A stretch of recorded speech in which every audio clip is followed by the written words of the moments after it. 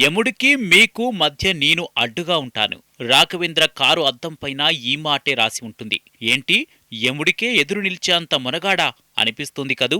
Road ప్రమాదాలకు వ్యతిరేకంగా ఆయన చేస్తున్న పోరాటం గురించి తెలిస్తే ఆ మాట అక్షరాల నిజమే అని అంగీకరిస్తారు. ఇల్లు పొలము తెగనమ్మి మరి శిరస్త్రణాలు పంచే helmet Man of India Raghavendra Kumar ఆశయం చాలా గొప్పది. బిగ్ బి అమితాబ్ బచ్చన్ కి ఓ అలవాటుంది. ప్రతి ఆదివారం తనని కలవడానికి వచ్చే అభిమానులకు ఏదో ఒక కానుక ఇస్తుంటాడు. అలా ఆ మధ్య హెల్మెట్లను కూడా ఇచ్చారు. వాటిని అందుకున్న వారు తెగ ఆశ్చర్యపోయి ఇవే ఎందుకిచ్చారు అని అడిగితే, నా కౌన్ బనేగా కరోడ్పతి షోకి వచ్చిన రాఘవేంద్ర స్ఫూర్తితో అని జవాబిచ్చారు బచ్చన్ సాబ్. ఒక్క అమితాబ్ మాత్రమే కాదు, నటుడు సోనూ సూద్, కేంద్ర మంత్రి నితిన్ గడ్కరీ కూడా రాఘవేంద్ర నుంచి స్ఫూర్తి పొందిన వాళ్లే. ఇంతకీ ఎవరీ రాఘవేంద్ర, ఏం చేస్తాడు అనేగా మీ సందేహం?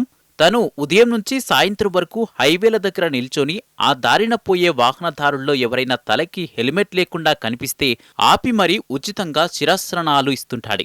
ఏడాదికోసారి నెలకోసారి ఇలా చేస్తే ఆయన గురించి మాట్లాడుకునే వాళ్ళమే కాదు, రోజంతా అదే పనిమీద ఉంటాడు. అవును, ఇంతవరకు 3.5 కోట్ల రూపాయలు ఖర్చుపెట్టి 70,000 హెల్మెట్లను ఉచితంగా పంచాడు. అలా అని ఆయనేమీ ధనవంతుడు కాదు. హెల్మెట్లని పంచడం కోసం పొలాన్ని అమ్మేశాడు. స్నేహితులు బంధువులు ఇదేం పిచ్చి అన్నా పట్టించుకోలేదు. నా పిచ్చి ఒక్క ప్రాణాన్ని కాపాడినా చాలు అనుకున్నాడు. ఆ తీర్మానం వెనుక ఓ బలమైన కారణమూ ఉంది.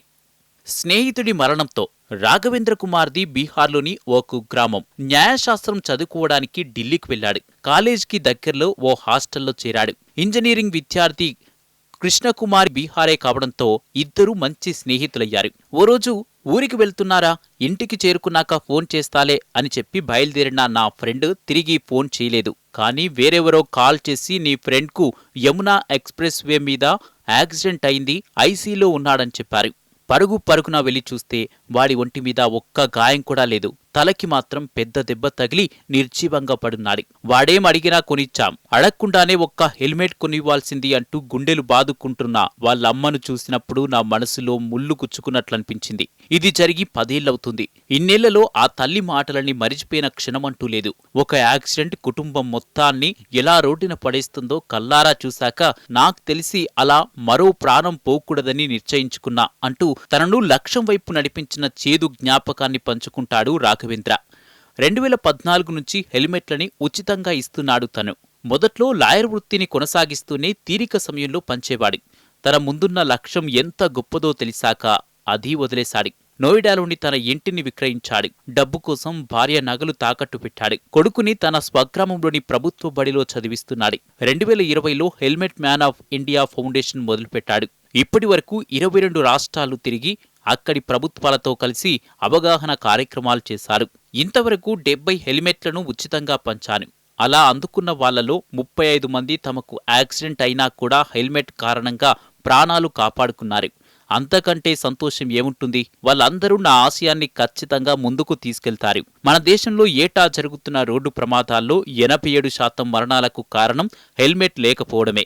ఆ కుటుంబాలకు చెందిన తల్లులు చెల్లెళ్ల బాధ నన్ను ఒక్కచోట కూర్చొనివ్వడం లేదు. నేనున్నంత వరకు ఈ ఉచిత హెల్మెట్ ఉద్యమాన్ని ఆపను అంటాడు రాఘవేంద్ర. ఎవరైనా హెల్మెట్ మర్చిపోయి కాలేజీకి వెళ్లినప్పుడు తాత్కాలికంగా ఉపయోగించుకొని తిరిగి ఇచ్చేలా విద్యాసంస్థల దగ్గర హెల్మెట్ బ్యాంకులను కూడా ఏర్పాటు చేస్తున్నాడు. ఈ ప్రాజెక్టు ఇండియన్ ఆర్మీ అతనికి అండగా నిలుస్తోంది.